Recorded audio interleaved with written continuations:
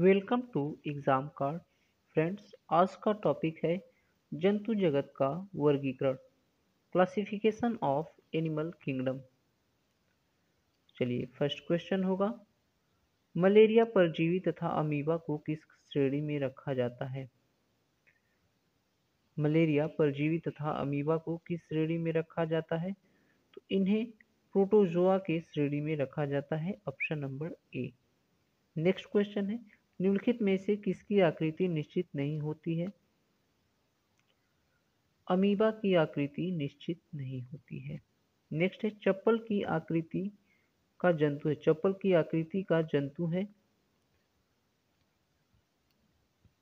Paramecium, जो है ये चप्पल की आकृति का जंतु है।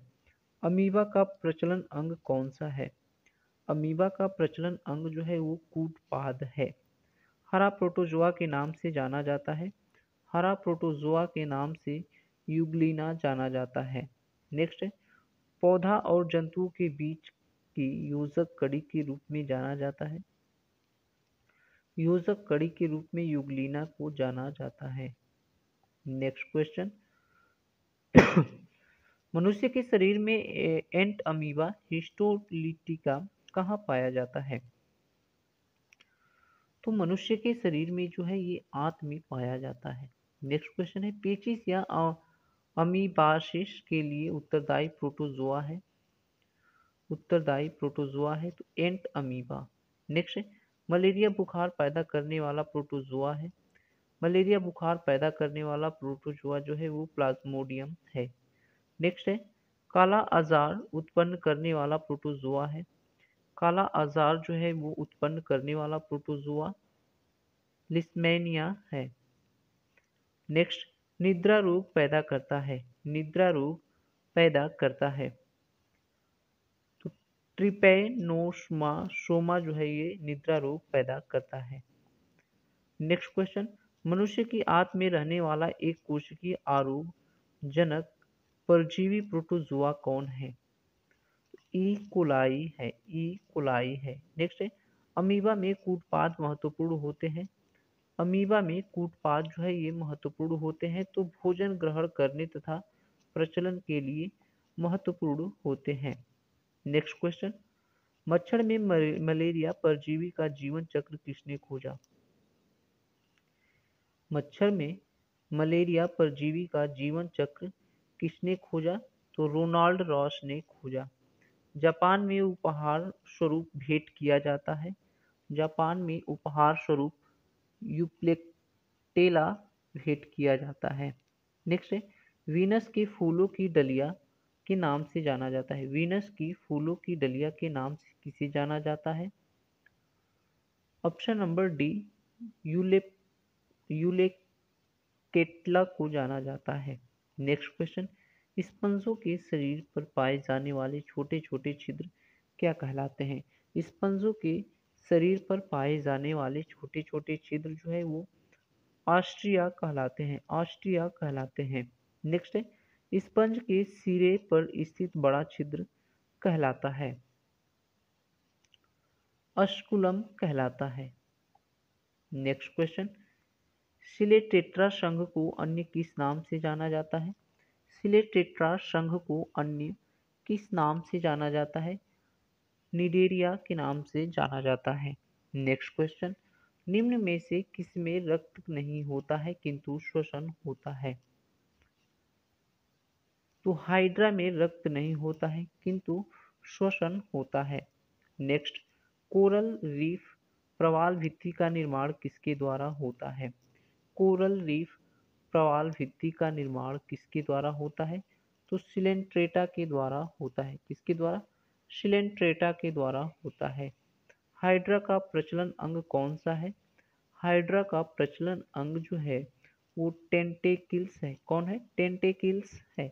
नेक्स्ट क्वेश्चन, प्रवाल क्या है? प्रवाल क्या है? तो प्रवाल एक समुद्री जीव है। नेक्स्ट क्वेश्चन, जेलीफिश के नाम से जाना जाता है। जेलीफिश के नाम से जाना जाता है। ऑप्शन नंबर सी, ऑरिलिया को जाना जाता है जेलीफिश के नाम से। नेक्स्ट क्वेश्चन, समुद्री एनीमोन के नाम से जाना जाता है? समुद्री एनीमोन के नाम से मेट्रीडियम को जाना जाता है। नेक्स्ट है, पोर्टुगीज मैन ऑफ वार के नाम से जाना जाता है? पोर्टुगीज मैन ऑफ वार के नाम से फाइसेलिया को जाना जाता है। किसे जाना जाता है? फाइसेलिया को जाना जाता है। नेक्स्ट है 27 नंबर क्वेश्चन, अमरत्व का गुण पाया जाता है? अमरत्व का गुण पाया जाता है? हाइड्रा में अमरत्व का गुण पाया जाता है। नेक्स्ट, चिपटे कृमियों को किस संघ के अंतर्गत रखा गया है? चिपटे कृमियों को किस संघ के अंतर्गत रखा गया है? तो प्लेटी हेल्मिथनीज संघ में रखा गया है। नेक्स्ट, फीता कृमि टॉप वर्म किस संघ का एक महत्वपूर्ण प्राणी है? तो ये प्लेटीहेल्मिंथेस संघ का एक प्राणी है। नेक्स्ट है, निम्न में से कौन सा मानव मात्र के लिए उपयोगी नहीं है? मानव मात्र के लिए उपयोगी कौन नहीं है? तो फीता कृमि ये मानव मात्र के लिए उपयोगी नहीं है। नेक्स्ट है, निम्न में से किसके अधपके मांस खाने से फीता कृमि मनुष्य की आंत में पहुंच जाता है? अधपके मांस खाने से फीता कृमि मनुष्य के आंत में पहुंच जाता है? तो सुअर का मांस, अधपके मांस खाने से जो है फीता कृमि मनुष्य के आंत में पहुंच जाता है। नेक्स्ट है, गोल कृमि या सूत्र कृमि को किस संघ के अंतर्गत रखा गया है? गोल कृमि को निमैथिलिनिज्म के अंतर्गत रखा गया है। नेक्स्ट है, एस्केरिस द्वारा मनुष्य में कौन सा रोग उत्पन्न होता है? एस्केरिस के द्वारा मनुष्य में एस्केरियासिस रोग उत्पन्न होता है। नेक्स्ट है, फाइलेरिया नामक रोग उत्पन्न होता है? फाइलेरिया नामक रोग जो है वो उत्पन्न होता है तो वुचेरिया बेनक्रॉफ्टी द्वारा। नेक्स्ट है, स्कैरिस पाया जाता है? स्कैरिस पाया जाता है, स्कैरिस जो है वो मनुष्य की आंत में पाया जाता है। फेरिटीमा पोस्थुमा निम्न में से किसका वैज्ञानिक नाम है? फेरिटीमा पोस्थुमा निम्न में से किसका वैज्ञानिक नाम है?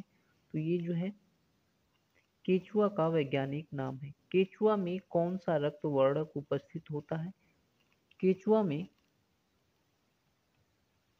हिमोसाइनिन रक्त वर्णक उपस्थित होता है। नेक्स्ट है, केचुआ कृषकों का परम मित्र होता है क्योंकि जमीन को छिद्रयुक्त बनाकर के मृदा में O2 की मात्रा को बढ़ाता है। नेक्स्ट है, केचुए में कितनी आंखें होती है? केचुए में कितनी आंखें होती है? तो केचुए में एक भी आंखें नहीं होती है, यह जो है इसमें एक भी आंख नहीं होता है। नेक्स्ट है, केचुआ किसानों की तरह किस प्रकार लाभ पहुंचाता है? केचुआ किसानों को किस प्रकार से लाभ पहुंचाता है?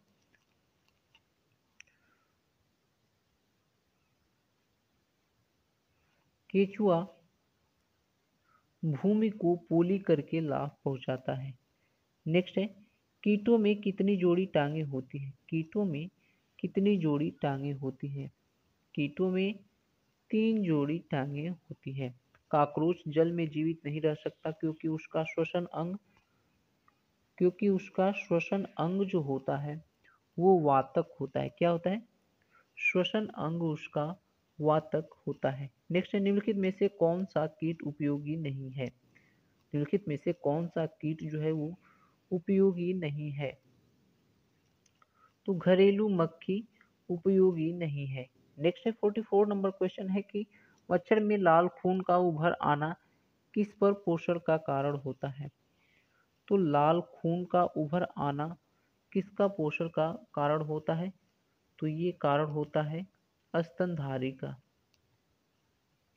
लाह उत्पन्न होती है, लाह उत्पन्न होती है तो कीटों के शरीर के स्रवण से लाह उत्पन्न होती है। नेक्स्ट है, रेशम का उत्पादन किससे होता है? रेशम का उत्पादन किससे होता है? तो रेशम कीट के प्यूपा से रेशम का उत्पादन होता है। नेक्स्ट है घरेलू मक्खी का लार्वा कहलाता है। घरेलू मक्खी का लार्वा कहलाता है तो मैंगोट कहलाता है। क्या कहलाता है? मैंगोट कहलाता है। नेक्स्ट है 48 नंबर क्वेश्चन है कि बिच्छू का विष कहाँ पर होता है? बिच्छू का विष कहाँ पर होता है? तो बिच्छू का विष जो है वो डंक में होता है। नेक्स्ट है 49 नंबर, तितली की आंखें रात में क्यों चमकती है? तितली की आंखें रात में क्यों चमकती है? तो टेपिटम लूसिडम के कारण जो है ये तितली की आंखें चमकती है। निद्रा रोग फैलती है तो सीसी मक्खी के द्वारा जो है वो निद्रा रोग फैलती है। तो फ्रेंड्स इसमें 50 क्वेश्चंस को कवर कर लिए। नेक्स्ट डे मिलेंगे और फिर से 50 क्वेश्चंस को कवर करेंगे। तब तक के लिए धन्यवाद। Thanks for watching. Please like share comment and subscribe.